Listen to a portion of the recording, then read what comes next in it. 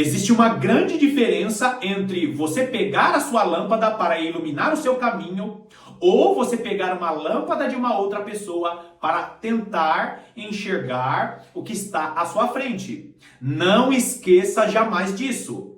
A lâmpada, segundo a palavra de Deus, é um objeto pessoal e intransferível. Uma igreja forte é uma igreja com vários cristãos e cada cristão tem sua lâmpada na mão, porque esse mundo estará tão escuro espiritualmente que a lâmpada do meu irmão que senta ao meu lado não será suficiente para iluminar os passos que eu vou estar dando neste tempo. E você que conhece a palavra de Deus sabe muito bem que lâmpada para os meus pés é a própria palavra de Deus. E essa é a lâmpada como objeto fundamental para as coisas que já estão acontecendo nesse mundo. Queridos, quando eu vejo algum líder espiritual, algum líder religioso, quando eu vejo um pastor, um pregador, minimizando a importância de meditar na palavra de Deus, eu lembro desse texto aqui.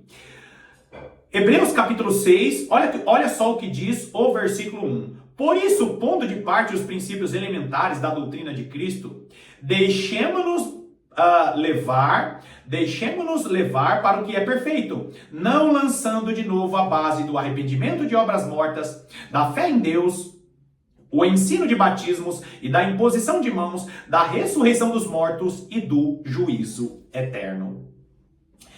O que isso tem a ver com lâmpada? O que isso tem a ver com líderes que ignoram as doutrinas para os últimos dias? Eu deixei esse versículo 2 aí na tela de maneira proposital. Por quê? Porque esse versículo, os versículos 1 e 2 e todo o capítulo 5 de Hebreus, está falando a respeito de um alimento que é chamado de alimento básico para cristãos que são iniciantes na fé. O versículo 2 que você está vendo aí é um versículo que cita as pedras fundamentais que são doutrinas iniciais que todo cristão deveria saber. Agora, meu amado irmão, minha amada irmã, presta bastante atenção nisso. Quando um líder religioso, quando um pastor, quando um teólogo, ele menciona a seguinte frase: olha, o importante não é saber a respeito do arrebatamento, não importa se vai ser em um piscar de olhos, não importa se vai ser antes ou depois da grande tribulação, o importante é estar preparado. Quando ele cita essa frase, minimizando a importância de meditar a respeito do final dos tempos, sabe o que ele está dizendo para o autor aos Hebreus? Sabe o que ele está dizendo também para o apóstolo Paulo, que trata desse tema? Ele está dizendo assim: olha, as doutrinas fundamentais, elas não são importantes. Não vamos meditar a respeito das doutrinas fundamentais. Não vamos ensinar o leitinho. Por quê? Porque o importante é estar preparado.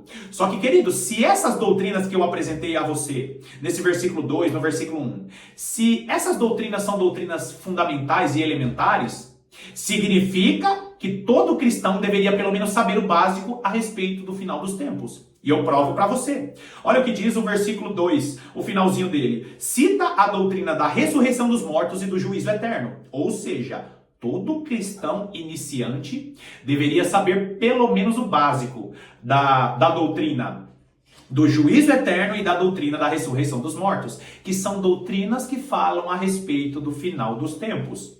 Se você é um cristão que acredita que não é importante meditar a respeito dos últimos dias, significa que você está dizendo para aqueles que escreveram a palavra de Deus: olha, não vamos meditar sobre o juízo eterno, não vamos meditar sobre esse leitinho chamado ressurreição dos mortos. Por quê? Porque não é importante. Queridos, as doutrinas dos últimos dias, dentro desse ensino, tem ressurreição dos mortos e juízo eterno. Ou seja, você com sua lâmpada na mão, ou você se alimentando de maneira básica, você precisa meditar sobre o final dos tempos, porque meditar sobre o final dos tempos é saber coisas que deveriam ser básicas. E eu inicio esse vídeo falando para você que quase todos os profetas falaram a respeito da escatologia, quase todos os profetas no Antigo Testamento mencionaram o levantar do Israel espiritual nos últimos dias. E todo cristão que com um discurso a respeito de estar preparado e não meditar sobre essas coisas? Está dizendo que o alimento básico não é um alimento que deve ser distribuído. Ignorar a escatologia, ignorar a doutrina dos últimos dias porque não quer conflito, porque não quer meditar de maneira profunda, porque está com preguiça. Muitos serão enganados nos últimos dias, muitos sofrerão decepções só porque confiam nos pastores famosos. Deus levantou homens ao longo das gerações para que tenhamos a palavra de Deus em nossas mãos e estejamos com essa lâmpada acesa, porque os próximos anos, talvez os próximos meses, farão parte do período mais escuro da humanidade. E eu pergunto para você na introdução desse vídeo, será que você está confiando na lâmpada de alguém que você conhece, que tem bastante engajamento nas redes sociais? Será que você só acredita no seu pastor? Eu não estou dizendo que você não tem que acreditar no seu pastor. Confie nos profetas e você vai prosperar. Porém, esteja com sua lâmpada na mão, meditando a respeito dessas coisas para saber se é assim mesmo que as coisas são. Olhe para a lâmpada do seu pastor, mas faça um espelhamento.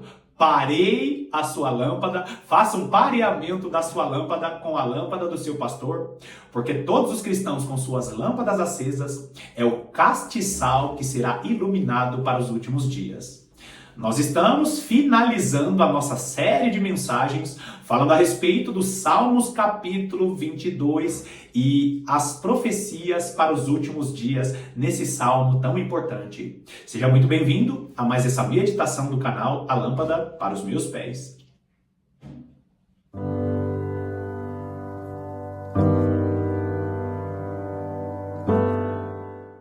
Já fazem alguns dias que nós meditamos a respeito do último versículo de Salmos capítulo 22, e eu não quero que você perca a direção que o Senhor nos tem dado aqui no canal A Lâmpada para os Meus Pés, porque o Senhor Deus, em sua infinita bondade, em sua infinita misericórdia, tem nos dado revelações a respeito daquilo que está em sua palavra para os últimos dias.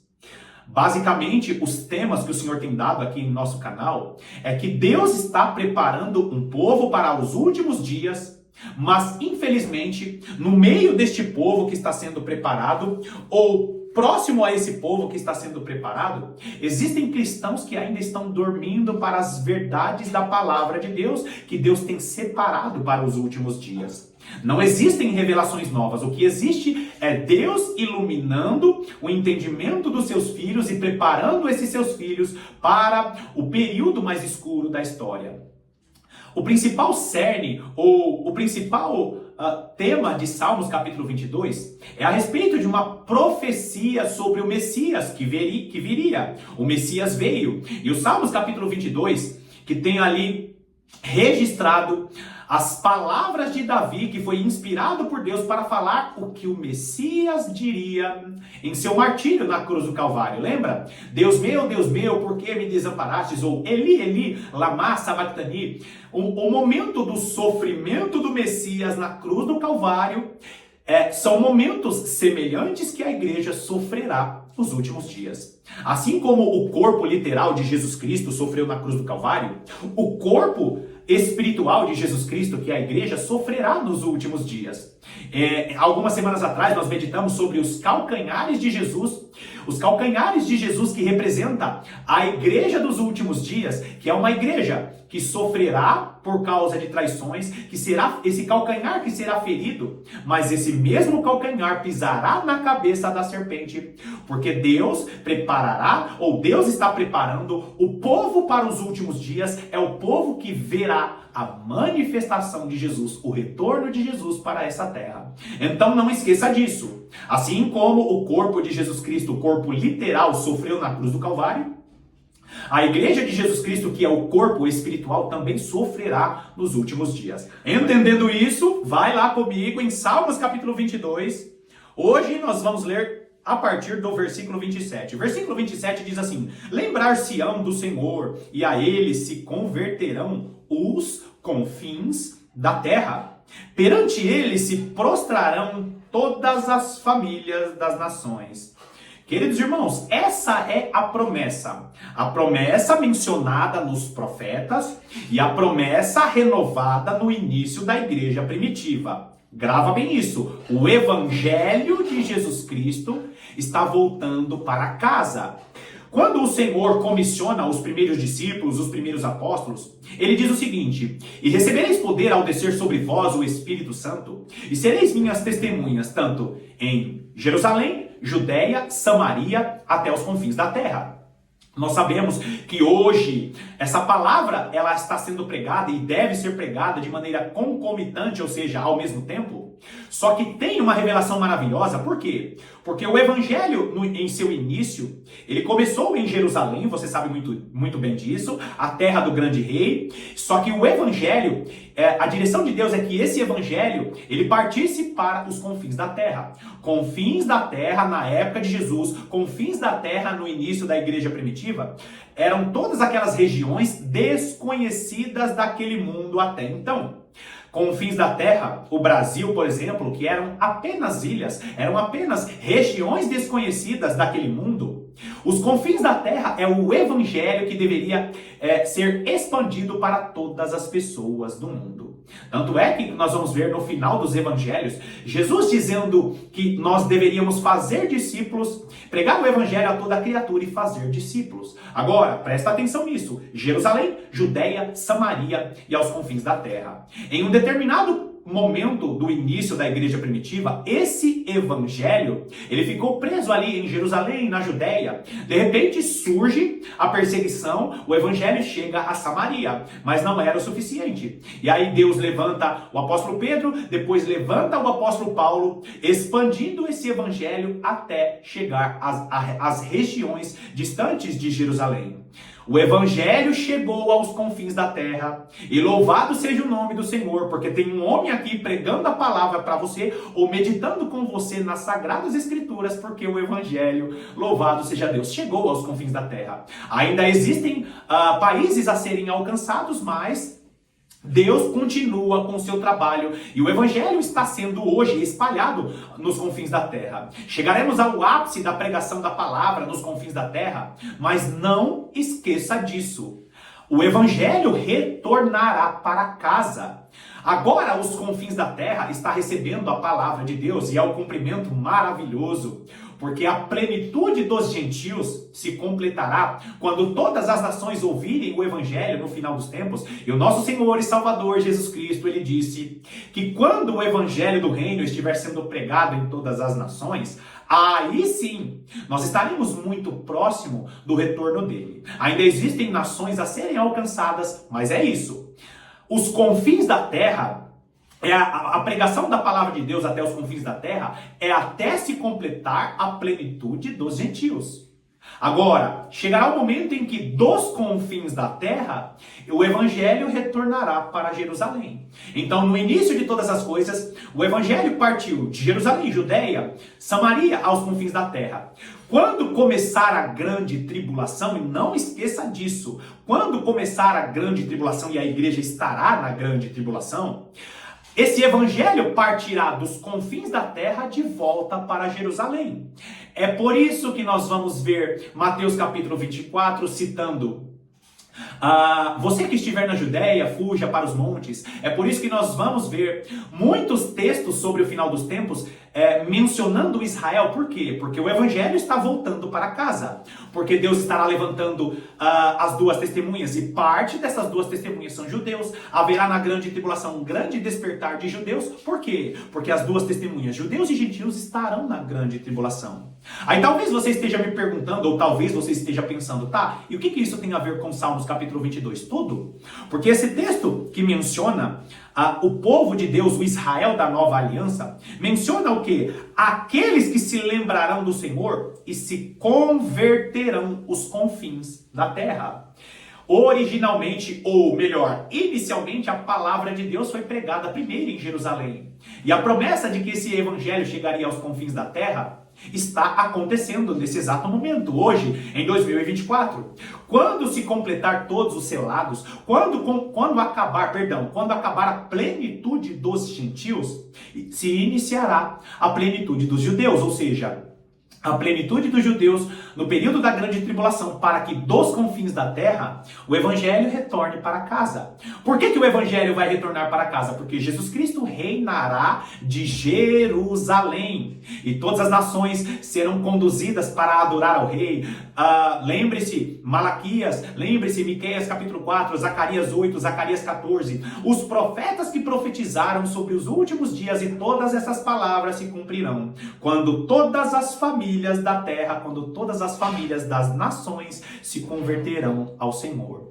Queridos, esse versículo 27 que você está lendo aí é uma transição maravilhosa. Por quê? Porque está falando de dois momentos. Primeiro, está falando sobre aqueles que fazem parte dos confins da terra se converterão ao Deus verdadeiro através da nova aliança. E quando Jesus Cristo estiver governando de Jerusalém, e isso será literal, isso não é simbólico, isso é mencionado nos profetas, porque infelizmente a teologia inspirada pelo principado da Grécia quer simbolizar todas as coisas, tirando a literalidade das profecias que estão na palavra de Deus. Jesus Cristo reinará de maneira literal, Jesus Cristo reinará sobre todas as famílias da terra, e a igreja que não casará, que não se dará em casamento, serão os reis e sacerdotes governando as nações, sacerdotando as nações, porque essa é a palavra sólida que Deus tem para a igreja dos nossos dias. Um alimento sólido para que sobrevivamos a este tempo antes de Jesus Cristo governar. Então organiza comigo aqui a casa no meio desse monte de informações. Versículo 27 está nos mostrando o quê? Os confins da terra se convertendo. E isso vai acontecer quando? Está acontecendo agora, até começar o período da grande tribulação. Quando acabar o período da grande tribulação, o cumprimento de Miqueias 4, Zacarias 8, Zacarias 14. Todas as famílias das nações se converterão ao Senhor e se prostrarão perante Ele. Queridos, a grande transição, quando Jesus Cristo voltar, as nações estarão sendo conduzidas para adorar ao Rei em Jerusalém. Olha o versículo 28. Pois do Senhor é o reino, é Ele quem governa as nações. E não esqueça disso. Esse versículo 28 é um versículo que é profecia e não é um versículo literal para hoje. Vou te explicar melhor. O próprio Senhor e Salvador Jesus Cristo, o nosso Senhor e Salvador, Ele mesmo disse que existe um príncipe nesse mundo. Nós vamos ver na tentação, Jesus ali dialogando com Satanás, Satanás dizendo: e os governos deste mundo me foram dados. E ele oferece os reinos do mundo, ele oferece os reinos do mundo ao nosso Senhor Jesus, dizendo: olha, se você se prostrar a mim, eu te darei todos esses reinos, porque esses reinos me foram dados. Ou seja, quem governa esse mundo não é Deus. Mas espera aí, eu estou contrariando o versículo? Não, o versículo é profético, porque chegará um tempo em que aquele que é soberano, Jesus Cristo não reina, o Deus Todo-Poderoso, ele não reina hoje de maneira literal, mas ele é soberano. Ele é soberano. Em sua soberania, ele está deixando o homem fazer suas próprias escolhas. E aí sim, quando as nações estiverem se prostrando a ele, quando as nações se entregarem a ele, aí sim, esse versículo 28 se cumprirá, pois do Senhor é o reino, é Ele quem governa as nações. Quando Ele governa as nações? Aí não podemos fugir do contexto. Ele governará as nações quando todas as famílias das nações se prostrarem a Ele. Olha que transição maravilhosa. Os confins da terra se convertem. Aí o texto não menciona, mas nós que conhecemos a palavra de Deus sabemos que quando os confins da terra se converterem, Jesus Cristo volta e estabelece o seu reino. Quando Ele estabelecer o seu reino, as nações se prostrarão. A igreja como reis e sacerdotes, cumprindo Salmos capítulo 24, quando aqueles estiverem dizendo: quem é esse Rei da Glória? O Rei da Glória, poderoso na batalha. Quando as nações estiverem rendidas ao nosso Deus. Agora, olha o versículo 29, mais uma profecia sobre os últimos dias. Todos os opulentos da terra hão de comer e adorar. E todos os povos e todos os que descem ao pó se prostrarão perante ele, até aquele que não pode preservar a própria vida. Olha quantas revelações maravilhosas tem nesse texto. Primeiro fala sobre quem? Sobre todos os opulentos. Aqui, os opulentos mencionados são todos aqueles que são gordos, são todos aqueles que são abastados, são todos aqueles que são prósperos na terra. Sabe os governantes que nós consideramos importantes hoje? Então, quando Jesus Cristo voltar e estiver reinando sobre as nações, o que vai acontecer? Todos os poderosos, governantes, autoridades se prostrarão ao Rei dos Reis e ao Senhor dos Senhores. Todos aqueles que foram déspotas, todos aqueles que governaram suas nações com injustiça, com mão de ferro, esses também se prostrarão ao Senhor. Opulentos, todos aqueles que são abastados, todos aqueles que vivem em suas gorduras, em suas ostentações. Agora, quando você olha esse versículo 29, o que ele está nos mostrando? Que também vão adorar a ele aqueles que descem ao pó. Queridos irmãos, vamos falar a realidade? Eu iniciei todo esse vídeo falando sobre o quê? Falando sobre as doutrinas elementares. E entre elas está a doutrina da ressurreição dos mortos. Para você entender que a doutrina da ressurreição dos mortos é um leitinho, é um alimento básico, se você não souber o leitinho, o alimento básico, você não sabe o momento em que aqueles que descem ao pó vão adorar ao Senhor. É o que está registrado em Apocalipse capítulo 1, versículo 7. Ou seja, todos, até aqueles que transpassaram o nosso Senhor, se prostrarão. Todo joelho, toda língua confessará que Jesus Cristo é Senhor, para a glória de Deus Pai. Apocalipse capítulo 1, versículo 7, vai nos dizer que todos se prostraram a Ele, até aqueles que o transpassaram. Ou seja, aqueles que entendem a doutrina da ressurreição dos mortos, são aqueles, queridos, que estão se preparando através deste alimento e sabem que os mortos vão ter que se prostrar ao Rei dos Reis e ao Senhor dos Senhores. Ou seja, Salmos capítulo 22, ela é uma profecia, esse capítulo é uma profecia maravilhosa, nos mostrando a transição. O Senhor alcança todas as famílias da terra e depois que Jesus Cristo voltar, até aqueles que desceram ao pó serão obrigados a olhar para ele, todo o olho verá, até aqueles que os transpassaram, e toda língua, todo joelho confessará que Jesus Cristo é Senhor e Salvador. Então, todos se prostrarão perante ele, até aquele que não pode preservar a própria vida. Não existirá uma língua, um joelho, que não reconheça que Jesus Cristo é Senhor e Salvador, e ele estará governando sobre todas as famílias da terra. E é por isso, amados irmãos, que nós não podemos menosprezar as importantes profecias que Deus tem para os últimos dias. Mais uma vez, finalizamos aqui essa meditação a respeito de Salmos capítulo 22. Que Deus te abençoe poderosamente e eu estarei aqui te aguardando para as próximas meditações.